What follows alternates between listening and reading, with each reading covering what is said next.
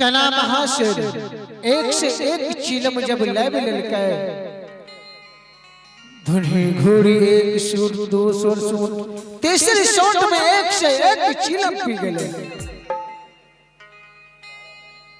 जब कना महाशर एक से एक चिलम धुनी घोड़ी के पिला दिलकै धुनी घोड़ी नशा में पागल हुआ लगले।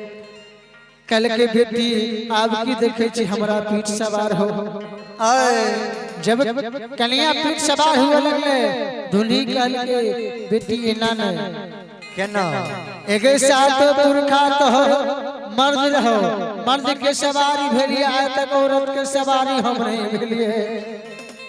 दुल्हन गे एक काम कर औरता के रूप गई दुल्हनिया बेटी तो हो भलैया छोरियौन गे ना दुल्हनिया तो हो भलैया छोरियौ गे ना गे बेटी मारता के रूप कहूँ धरियौ गे ना गे बेटी मारता के रूपा कहूँ धरहिन गे ना औरता के रूपा कन्या बेटे कहूँ याव छोरियो रे जान कहूँ याव छोरियो रे जान मारता के रूपा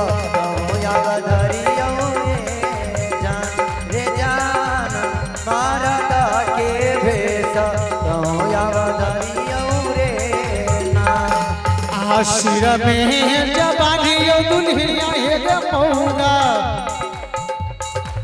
लगे पूरे ठाकुर जान जान मौगा पूरे ठाकुर जान रे जान प्यार में पहिरी गई कार जूता बोरे जान प्यार में दे पहिरी दार जूता बोरे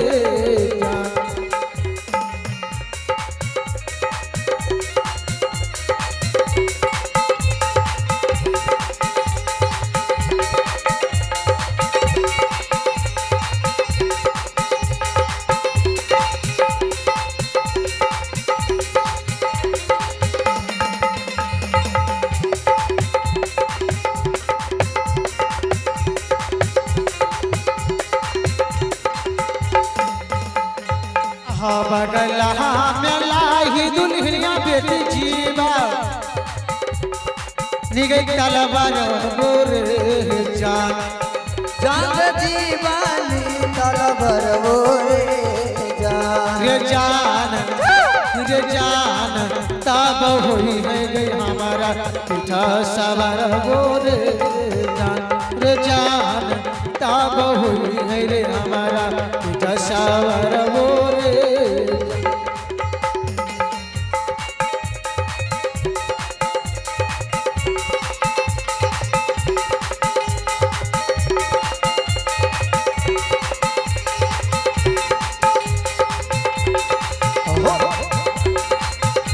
जय जय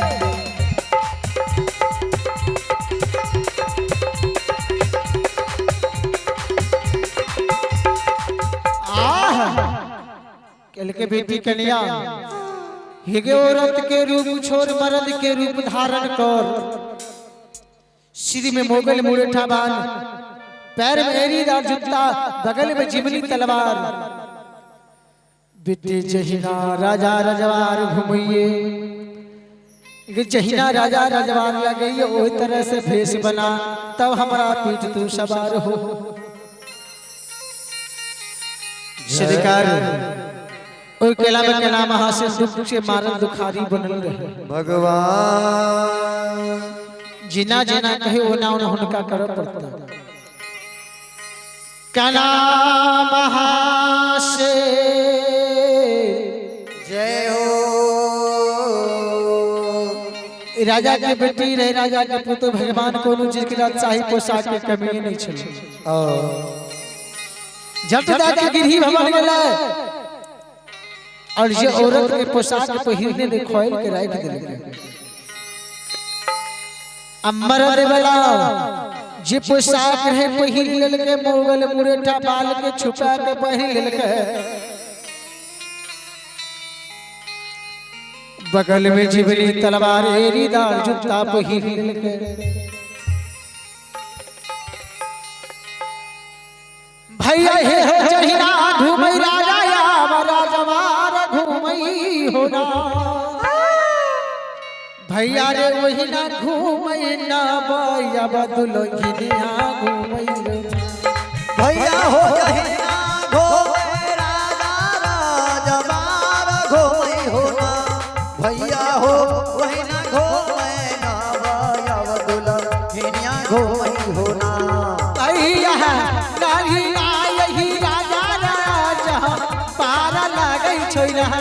भैया वही ना लागै खाना अब महासर लागै होना।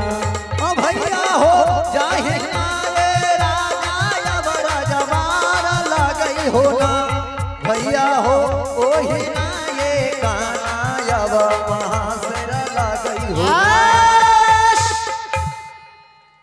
जहिना राजा रजवार वही प्रकार से केना महाशेर, बगल में जिबली तलवार एरीदार जूता, सिर में मोगल मुरेठा बैन और घोड़ी पीछे सवार भागल।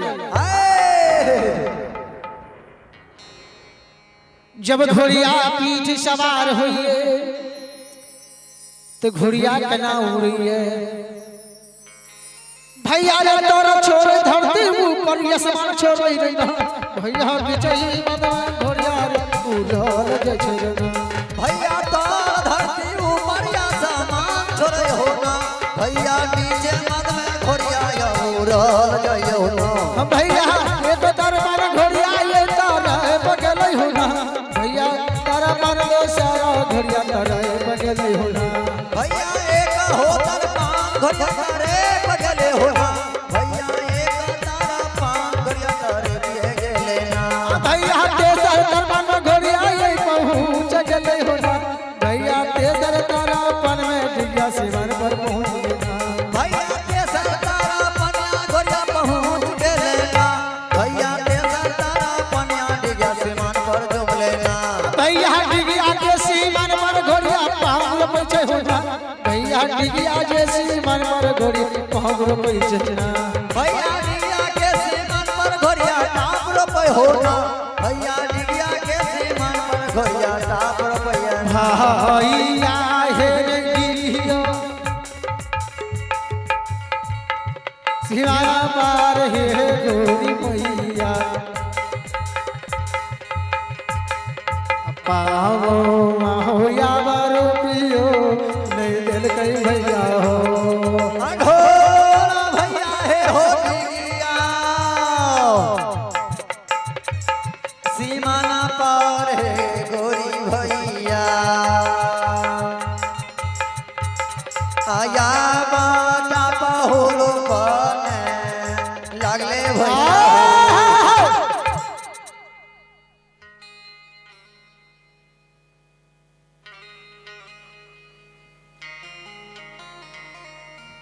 जब गला महाशर डिगिया सीमान पर घोड़ी के पीठ सवार पहुंच गला। तो कला महाशर के घोड़ी पीठ से कहल के बेटी तू तेरे जो गैया डिगिया सीमान छिए। जय हो ऐसे आगे नुजा राजा के राज छिए। जय यह रास्ता से तोहर स्वामी 52,000 दल फौज के साथ ये तो